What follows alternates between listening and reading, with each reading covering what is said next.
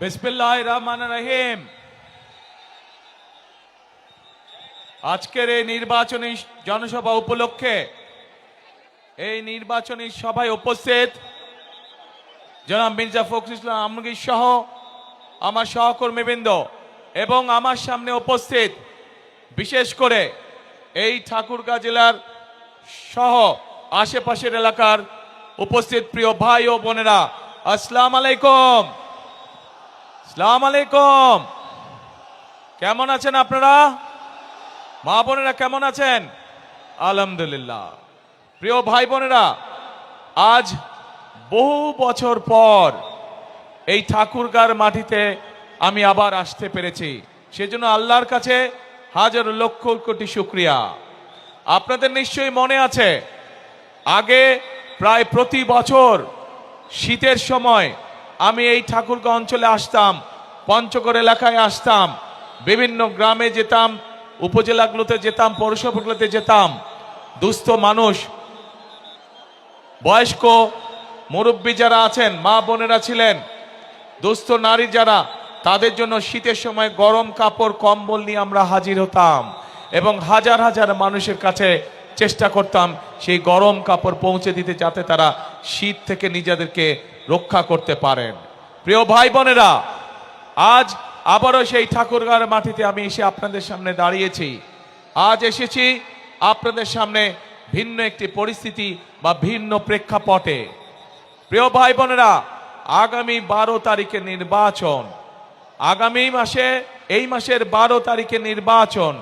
এই নির্বাচনে বাংলাদেশের মানুষ তাদের যে অধিকার কেড়ে নেওয়া হয়েছিল সেই অধিকারের প্রয়োগ করবে বাংলাদেশের মানুষ। বাংলাদেশের মানুষ গত এক যুগ ধরে তাদের কাছ থেকে যে রাজনৈতিক অধিকার, কথা বলার অধিকার কেড়ে নেওয়া হয়েছিল, সেই অধিকার বাংলাদেশের মানুষ প্রয়োগ করবে। প্রিয় ভাই বোনের, এই মাঠের মধ্যে যে লক্ষ লক্ষ মানুষ আপনারা আজকে উপস্থিত হয়েছেন, এই মঞ্চের পাশে ছোট্ট একটি মঞ্চ আছে যেখানে কয়েকজন মানুষ বসে আছেন। এই মানুষগুলো গত 15 বছরে বিভিন্নভাবে গুম খুম অত্যাচারে নির্যাতন হয়েছে, তাদের স্বজনরা, সেই অত্যাচার নির্যাতিত পরিবারের সদস্যরা বসে আছেন। যেই মানুষগুলো আজ এখানে বসে আছেন, তারা তাদের যে স্বজনদেরকে হারিয়েছেন বিগত এক যুগ ধরে, সেই স্বজনেরা এই বাংলাদেশের মানুষের ভোটের অধিকার প্রতিষ্ঠিত করার জন্য, এই বাংলাদেশের মানুষের কথা বলার অধিকার প্রতিষ্ঠিত করার জন্য নিজেদের জীবনকে উৎসর্গ করেছে। নিজেরা বিভিন্নভাবে অত্যাচারিত হয়েছে, নির্যাতিত হয়েছে। প্রিয় ভাই বোনেরা, আজ বাংলাদেশের মানুষের কাছে, আজ বাংলাদেশের মানুষের সামনে সেই হারিয়ে যাওয়া যে অধিকার, সেই অধিকার প্রয়োগ করার সময় এসেছে। প্রিয় ভাই বোনেরা, 12 তারিখে নির্বাচন হবে। ভাই, এখানে বিজিবি সদস্যবৃন্দ যারা আপনারা হুইসেলিং করছেন, দয়া করে হুইসেলিংটা বন্ধ করে দেন। আপনারা হুইসেলিংটা বন্ধ করে দেন। হ্যাঁ, বসো বসো বসো বসো, কথা শোনো। এই হুইসেলিংটা বন্ধ করে দেন, হুইসেলিংটা বন্ধ করে দেন, হুইসেলিংটা বন্ধ করে দেন, তাহলেই সবাই ধীর স্থির হবে। এই যে প্রিয় ভাই বোনেরা, এই যে মানুষগুলো যারা জীবন দিয়েছে, যারা বিভিন্ন অত্যাচারিত নির্যাতিত হয়েছে, তাদের সেই মূল্যায়নকে কখনো বৃথা দিতে দেওয়া যায় না। এবং এইবারকার নির্বাচন শুধু দেশের জনপ্রতিনিধি নির্বাচিত করার নির্বাচন নয়, এবারকার নির্বাচন হবে আমাদের দেশকে পুনর্গঠন করার নির্বাচন। গত এক যুগ ধরে বাংলাদেশের মানুষ তাদের যেমন রাজনৈতিক অধিকারকে প্রয়োগ করতে পারে নাই, তারা কথা বলার স্বাধীনতা পায় নাই, ঠিক একইভাবে বাংলাদেশের মানুষ তাদের অর্থনৈতিকভাবে প্রতিষ্ঠিত হওয়ার অধিকার থেকে অনেক পিছিয়ে গিয়েছে। দেশে সঠিক পরিমাণের আমাদের তরুণদের, যুবকদের যে কর্মসংস্থানের ব্যবস্থা হওয়ার দরকার ছিল, সেই ব্যবস্থা হয়নি। দেশের নারীদের, মা বোনদেরকে মূল্যায়ন করার জন্য তাদের যেই স্বাবলম্বী করে গড়ে তোলার কথা ছিল, সেইটি হয় নাই। দেশের যুবকদেরকে প্রশিক্ষণের মাধ্যমে দক্ষ শ্রমিক হিসেবে গড়ে তোলার করা উচিত ছিল, সেই কাজটি হয় নাই। দেশের কৃষকদের অর্থনীতিকে মেরুদণ্ড সহযোগিতা করার জন্য, অর্থনৈতিকভাবে সহযোগিতা করার জন্য যেই সহযোগিতা করা উচিত ছিল সেই কাজটিও করে নাই বিগত স্বৈরাচার সরকার। প্রিয় ভাই বোনেরা, আজ সময় এসেছে আমরা 12 তারিখের নির্বাচনে যেমন জনগণের প্রতিনিধিকে নির্বাচিত করব, একইভাবে আমরা দেশ পুনর্গঠনের কাজে হাত দিব। প্রিয় ভাই বোনেরা, বাংলাদেশের অর্ধেক জনসংখ্যা হচ্ছে নারী। এই নারীকে যদি আমরা আমাদের কর্মের সাথে সম্পৃক্ত করতে না পারি তাহলে কোনোভাবেই দেশকে এগিয়ে নিয়ে যাওয়া সম্ভব না। সেই জন্যই আপনারা দেখেছেন দেশনেত্রী খালেদা জিয়া যখন দেশ পরিচালনার দায়িত্বে ছিলেন তখন ইনি বাংলাদেশের মেয়েদের শিক্ষা ব্যবস্থাকে বিনামূল্যে করে দিয়েছিলেন। আজ বাংলাদেশের হাজারো লক্ষ কোটি নারী শিক্ষার আলোয় আলোকিত হয়েছে, কিন্তু এই নারী, এই মা বোনদেরকে আমরা অর্থনৈতিকভাবে স্বাবলম্বী করে গড়ে তুলতে চাই। এবং সেজন্যই আমরা চাই যে এই যে বাংলাদেশের প্রত্যেকটি ঘরে ঘরে গৃহিণী যারা আছেন, যারা ঘরের কর্ত্রী, তাদের কাছে আমরা ফ্যামিলি কার্ড পৌঁছে দিতে চাই, প্রত্যেকটি ঘরে প্রত্যেকটি নারীর কাছে। এই ফ্যামিলি কার্ডের অধিকার হবেন এই দেশের মায়েরা, এই ফ্যামিলি কার্ডের অধিকার হবেন এই দেশের নারীরা। এবং এই ফ্যামিলি কার্ডের মাধ্যমে আমরা প্রত্যেকটি নারীর কাছে তার সংসার যাতে উনি স্বাচ্ছন্দ্যে পরিচালনা করতে পারেন তার জন্য আমরা একটি প্রতি মাসের সহযোগিতা তার কাছে পৌঁছে দিতে চাই। প্রিয় ভাই বোনেরা, এই ফ্যামিলি কার্ডের মাধ্যমে আমাদের দেশের নারীরা ধীরে ধীরে অর্থনৈতিকভাবে স্বাবলম্বী হয়ে উঠবে।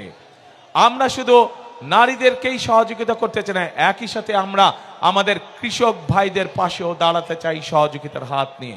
কৃষক ভাইদের জন্য আমরা কৃষি কার্ড নামে একটি কার্ড সকলের কাছে পৌঁছে দিয়ে দিতে চাই, যেই কার্ডের মাধ্যমে কৃষক ভাইরা সহজে ঋণ গ্রহণ করতে পারবে, যেই কার্ডের মাধ্যমে আমরা কৃষক ভাইদের কাছে সহজেই তাদের কাছে তাদের প্রয়োজনীয় সার, কীটনাশক ঔষধ, ফসলের বীজ আমরা তাদের কাছে পৌঁছে দিতে চাই।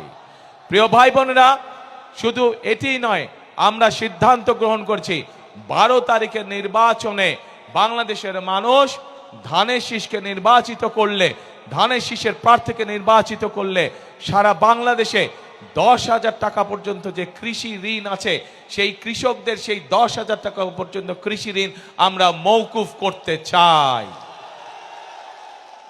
সকল কৃষকের 10,000 টাকা পর্যন্ত কৃষি ঋণ ইনশাল্লাহ আমরা মওকুফ করতে চাই।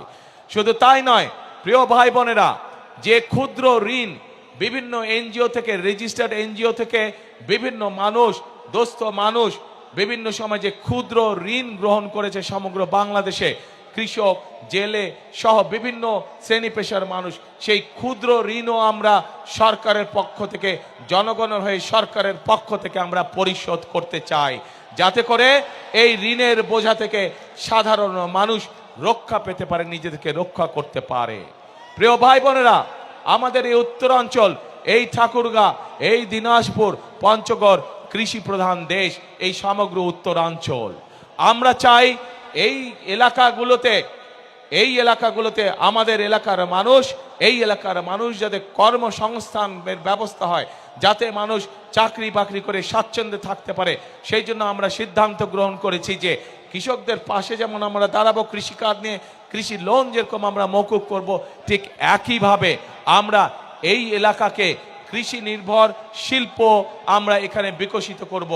যে কৃষির সাথে সম্পর্কিত যত শিল্প আছে সেই সকল শিল্প কলকারখানা আমরা এই সমগ্র এলাকার মধ্যে গড়ে তুলতে চাই, যাতে করে এই এলাকার মানুষের কর্মসংস্থান হয়।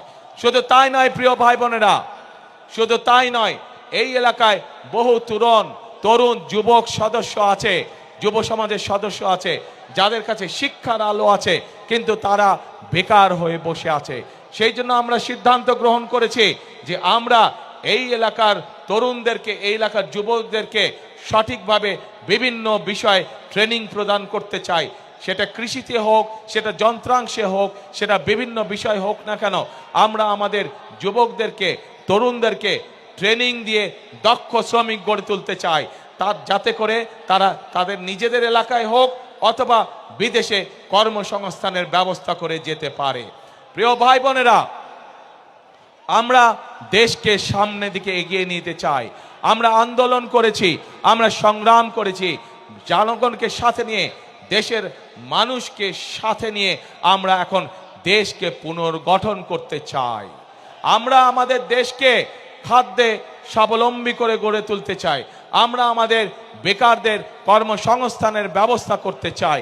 আমরা আমাদের মা বোনদেরকে, সমগ্র বাংলাদেশে আমাদের মা বোনদেরকে শিক্ষিত এবং তার পাশাপাশি অর্থনৈতিকভাবে স্বাবলম্বী করে গড়ে তুলতে চাই। কিন্তু প্রিয় ভাই বোনেরা, এই কাজগুলো যদি করতে হয় তাহলে এই দেশের যে মালিক, এই দেশের মালিক কারা বলেন তো? কারা মালিক? জনগণ হচ্ছে এই দেশের মালিক। সেই জনগণের, সেই মালিকের সহযোগিতা ছাড়া আমাদের পক্ষে এই কাজগুলো সম্ভব নয়। এবং সেই জন্যই আজকে এই মঞ্চে দাঁড়িয়ে আমি আপনাদের কাছে আপনাদের সহযোগিতা চাচ্ছি, আপনাদের সমর্থন চাচ্ছি, আপনাদের কাছে ধানের শীষের জন্য ভোট চাইছি, যাতে করে যেই পরিকল্পনার কথা আপনাদের সামনে আমি তুলে ধরলাম সেই পরিকল্পনাগুলো যেন আমরা দেশের জন্য, দেশের মানুষের জন্য বাস্তবায়ন করতে চাই। কে ভাইরা, মা বোনেরা, আপনাদের সমর্থন কি আমরা পাচ্ছি ধানের শীষ? ইনশাআল্লাহ। প্রিয় ভাই বোনেরা,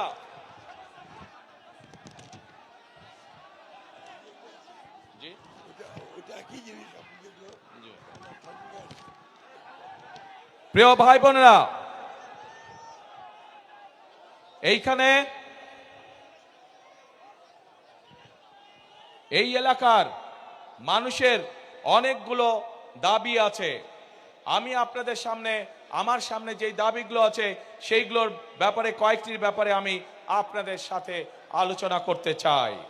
আমরা পঞ্চগড় এবং ঠাকুরগাঁয় যে চিনি কল আছে, যে রেশম কারখানা আছে, পঞ্চগড়ে যে চা শিল্প আছে, এই শিল্পগুলোকে আবার আমরা গড়ে তুলতে চাই, যাতে করে এই এলাকার মানুষ বেকার না থাকে, যাতে করে এই এলাকার মানুষ কর্মসংস্থানের মাধ্যমে হালাল রুজি করে বেঁচে থাকতে পারে। প্রিয় ভাই বোনেরা, আমরা ঠাকুরগাঁয় ক্যাডেট কলেজের একটি দাবি আছে, এই দাবিটি আমরা চেষ্টা করব ইনশাআল্লাহ বাস্তবায়ন করার জন্য। প্রিয় ভাই বোনেরা, আগেই বলেছি আমি যে স্থানীয় যে কৃষিজাত পণ্য আছে, এই পণ্যগুলো অনেক সময় কৃষক ভাইদের জন্য সমস্যা হয়ে যায়, এই পণ্যগুলোকে তারা ঠিকভাবে প্রিজার্ভ করতে পারে না। সেই জন্য এই সমগ্র এলাকায়, ঠাকুরগাঁ সহ, পঞ্চগড় সহ, দিনাজপুর এলাকায় আমরা বিভিন্ন জায়গায় যেখানে যেখানে প্রয়োজন আমরা কৃষকদের উপযোগী করে হিমাগার তৈরি করতে চাই, যেন তারা তাদের উৎপাদিত পণ্য সঠিকভাবে সংরক্ষণ করতে সক্ষম হতে পারে। প্রিয় ভাই বোনেরা, এই এলাকায় বহু শিক্ষিত যুবক আছে যারা আইটিতে কাজ করে থাকেন। সেই জন্য আমরা এই এলাকায় কৃষিকে যেরকম জোর দিব, কৃষির সাথে সম্পর্কিত শিল্প কারখানা যেমন গড়ে তুলব, একইভাবে যারা আইটিতে কাজ করে তাদের জন্য আইটি পার্ক বা আইটি হাব আমরা গড়ে তুলতে চাই, যাতে এলাকার ছেলেরা এলাকা থেকেই তারা তাদের কর্মসংস্থানের ব্যবস্থা করতে পারে। প্রিয় ভাই বোনেরা, এখন প্রিয় ভাই বোনেরা,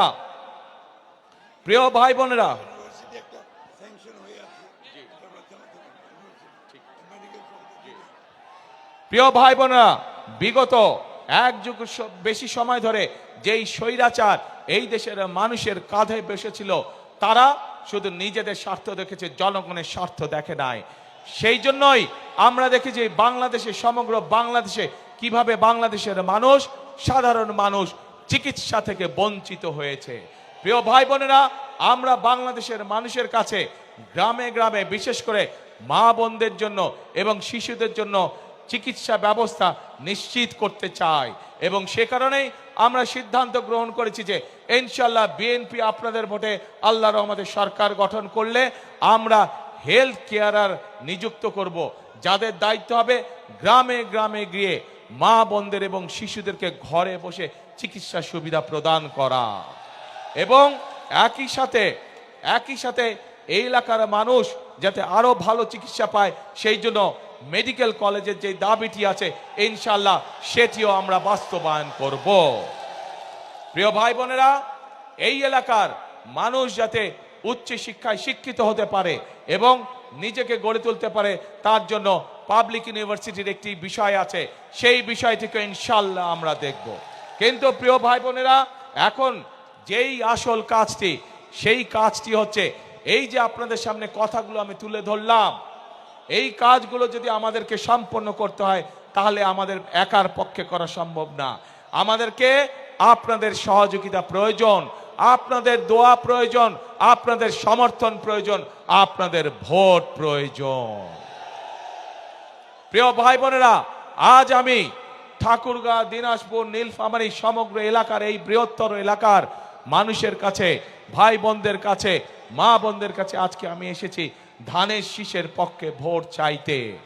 আপনারা যদি আমাদের হাতকে শক্তিশালী করেন, আপনারা যদি আমাদেরকে সমর্থন দেন, ইনশাল্লাহ অতীতে যেমন বিএনপি সকল সময় আপনাদের পাশে ছিল, এলাকার উন্নয়নের জন্য কাজ করেছে, মানুষের দুঃখ ঘুচানোর জন্য কাজ করছে, ইনশাল্লাহ ভবিষ্যতেও আমরা একইভাবে আপনাদের পাশে থাকব, একইভাবে এলাকার উন্নয়নের কাজ করব, একইভাবে আমরা এলাকার মানুষের দুঃখ ঘোচানোর কাজ করব। প্রিয় ভাই বোনেরা, আজ এটি নির্বাচনী জনসভা।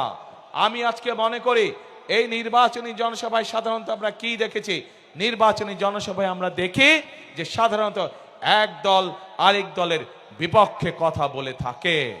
কিন্তু আজ যদি আমি অন্য কোনো দলের বিপক্ষে কথা বলে থাকি, তাহলে জনগণের কি তাতে কোনো লাভ হবে? জনগণের লাভ হবে না। জনগণের জানতে চায় যে জনগণ যে আমাদেরকে ভোট দিবে, আমরা জনগণের জন্য কি করব, এলাকার জন্য কি করব, এলাকার মানুষের জন্য আমরা কি করব। সেই জন্যই আজকে আপনাদের সামনে আমরা আমাদের দলের যে পরিকল্পনা, সেই পরিকল্পনাগুলো আমরা আপনাদের সামনে তুলে ধরেছি, এবং এই পরিকল্পনা তুলে ধরার মাধ্যমেই যেই কাজগুলো করব, সেই কাজগুলো করার মাধ্যমে আজ আপনাদের সমর্থন আমরা প্রত্যাশা করছি, আপনাদের সমর্থন আমরা আশা করছি। প্রিয় ভাই বোনেরা, এই দেশটি, বাংলাদেশটি হচ্ছে 20 কোটি মানুষের দেশ। আমরা সকল সময় একটি কথা বিশ্বাস করি, দেশনেত্রী বেগম খালেদা জিয়া এত নির্যাতনের পরেও উনি একটি কথাই বলতেন যে এই দেশই হচ্ছে তার প্রথম এবং তার শেষ ঠিকানা। বিএনপির প্রত্যেকটি নেতাকর্মী, শহীদ জিয়ার প্রত্যেকটি সৈনিক, খালেদা জিয়ার প্রত্যেকটি সৈনিক বিশ্বাস করে যে বাংলাদেশই হচ্ছে তার প্রথম এবং বাংলাদেশই হচ্ছে তার শেষ ঠিকানা। কাজেই প্রিয় ভাই বোনেরা, এই দেশ আমরা বিশ্বাস করি জনগণই সকল ক্ষমতার উৎস, এবং যেহেতু আমরা বিশ্বাস করি জনগণই সকল ক্ষমতার উৎস, সেই জন্য আমরা জনগণের সামনে এসে দাঁড়িয়েছি। জনগণের সমর্থন নিয়ে, জনগণের ভালোবাসা নিয়ে, জনগণের শক্তিতে আমরা বাংলাদেশকে পুনর্গঠন করতে চাই। যেই বাংলাদেশে সাধারণ মানুষ, খেটে খাওয়া মানুষ নিরাপদে রাস্তায় চলাচল করতে পারবে, যেই বাংলাদেশে সাধারণ মানুষ নিরাপদে ব্যবসা বাণিজ্য চাকরি বাকরি করতে পারবে, যেই বাংলাদেশে মা বোনেরা নিরাপদে কর্মসংস্থানের ব্যবস্থা করতে পারবে, নিরাপদে পথে চলাচল করতে পারবে, যেই বাংলাদেশের শিশুরা, ভবিষ্যৎ প্রজন্মরা তাদের শিক্ষা ব্যবস্থা সুন্দরভাবে করতে পারবে, যাতে করে তারা মানুষ হয়ে গড়ে উঠতে পারে, যেই বাংলাদেশে তরুণ সমাজেরা, যুব সমাজের সদস্যরা তাদের লেখাপড়ার পরে কোনো না কোনো একটি কর্মসংস্থানের ব্যবস্থা করতে পারবে, তাদেরকে বেকার থাকতে হবে না। যেই বাংলাদেশে আমরা এমন একটি বাংলাদেশ চাই, যে বাংলাদেশে মানুষ অন্তত ন্যূনতম চিকিৎসা ব্যবস্থা থেকে, চিকিৎসা সুবিধা থেকে বঞ্চিত হবে না। প্রিয় ভাই বোনেরা, এইরকম যদি একটি বাংলাদেশ আমরা গড়ে তুলতে চাই, তাহলে আপনাদের প্রত্যেকটি মানুষের সহযোগিতা আমাদের প্রয়োজন, সমর্থন আমাদের প্রয়োজন। প্রিয় ভাই বোনেরা, আপনারা কি এরকম বাংলাদেশ গড়তে চান? কারা কারা এরকম বাংলাদেশ গড়তে চান? তাহলে প্রিয় ভাই বোনেরা, আমাদের কাজ একটি, কথা একটি, সেই কাজ এবং সেই কথা হলো করব কাজ। কি ভাই, করব কাজ, গড়ব দেশ, সবার আগে বাংলাদেশ। প্রিয় ভাই বোনেরা, আমরা আন্দোলন করেছি, আমরা 71 সালে যুদ্ধ করেছি, আমরা এই দেশকে স্বাধীন করেছি। 2024 সালে আমরা ছাত্র জনতার অভ্যুত্থান দিয়ে এই দেশের স্বাধীনতা রক্ষা করেছি। এখন আমাদেরকে দেশকে গঠন করতে হবে।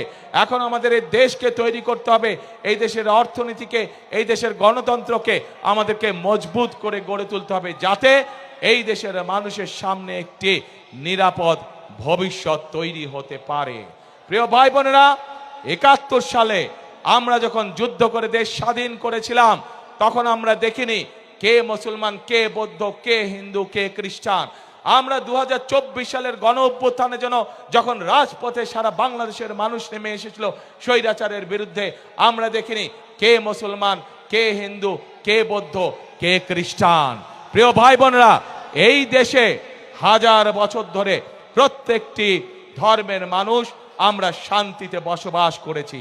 আগামী হাজার বছরেও আমরা চাই প্রত্যেকটি ধর্মের মানুষ শান্তিতে এই দেশে বসবাস করবে।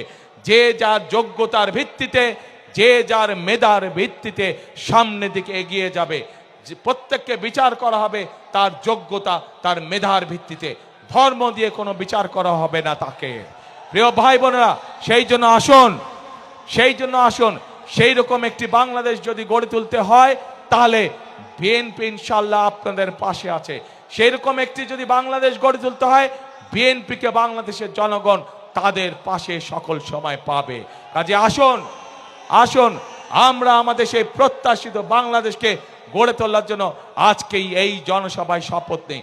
এই জনসভা হোক আমাদের সেই শপথের জনসভা, যেই জনসভায় আমরা শপথ নিব আমরা আগামী দিনে একটি নিরাপদ বাংলাদেশ গড়ে তুলব, যেই বাংলাদেশে সকল ধর্ম মতের মানুষ একসাথে কাজ করবে, একসাথে দেশকে আমরা গড়ে তুলব।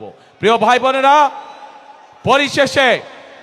পরিশেষে আমি এই এলাকার উন্নয়ন, এই বাংলাদেশের উন্নয়নের জন্য আপনাদের সকলের কাছে ধানের শীষের পক্ষে ভোট চাইয়ে যাচ্ছি আপনাদের কাছে।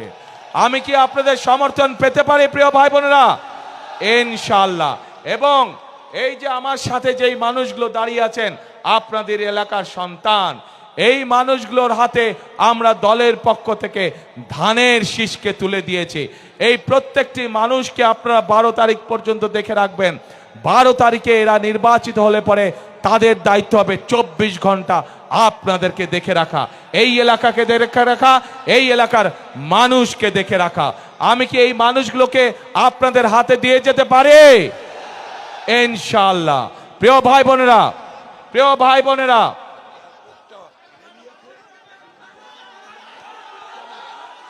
আমাকে মির্জা ফখরুল ইসলাম সাহেব বললেন যে এই এলাকার এয়ারপোর্টটার কাজ অনেক দূর এগিয়ে গিয়েছে। ইনশাআল্লাহ বিএনপি আগামী ১২ তারিখে নির্বাচনে সরকার গঠন হলে যত দ্রুত সম্ভব আমরা এই এলাকার এয়ারপোর্ট ইনশাআল্লাহ চালু করব। প্রিয় ভাই বোনেরা, আজ এই জনসভায়, লক্ষ মানুষের জনসভায় আজ আমি পরিশেষে আপনাদের সকলের সমর্থন ধানের শীষের পক্ষে চেয়ে আমার বক্তব্য শেষ করছি। ইনশাআল্লাহ আগেও যেমন আমাকে পেয়েছেন আপনাদের পাশে, ইনশাআল্লাহ ভবিষ্যতেও পাবেন আমাকে আপনাদের পাশে। আল্লাহ হাফেজ। বাংলাদেশ জিন্দাবাদ, বাংলাদেশ জাতীয়তাবাদী জিন্দাবাদ।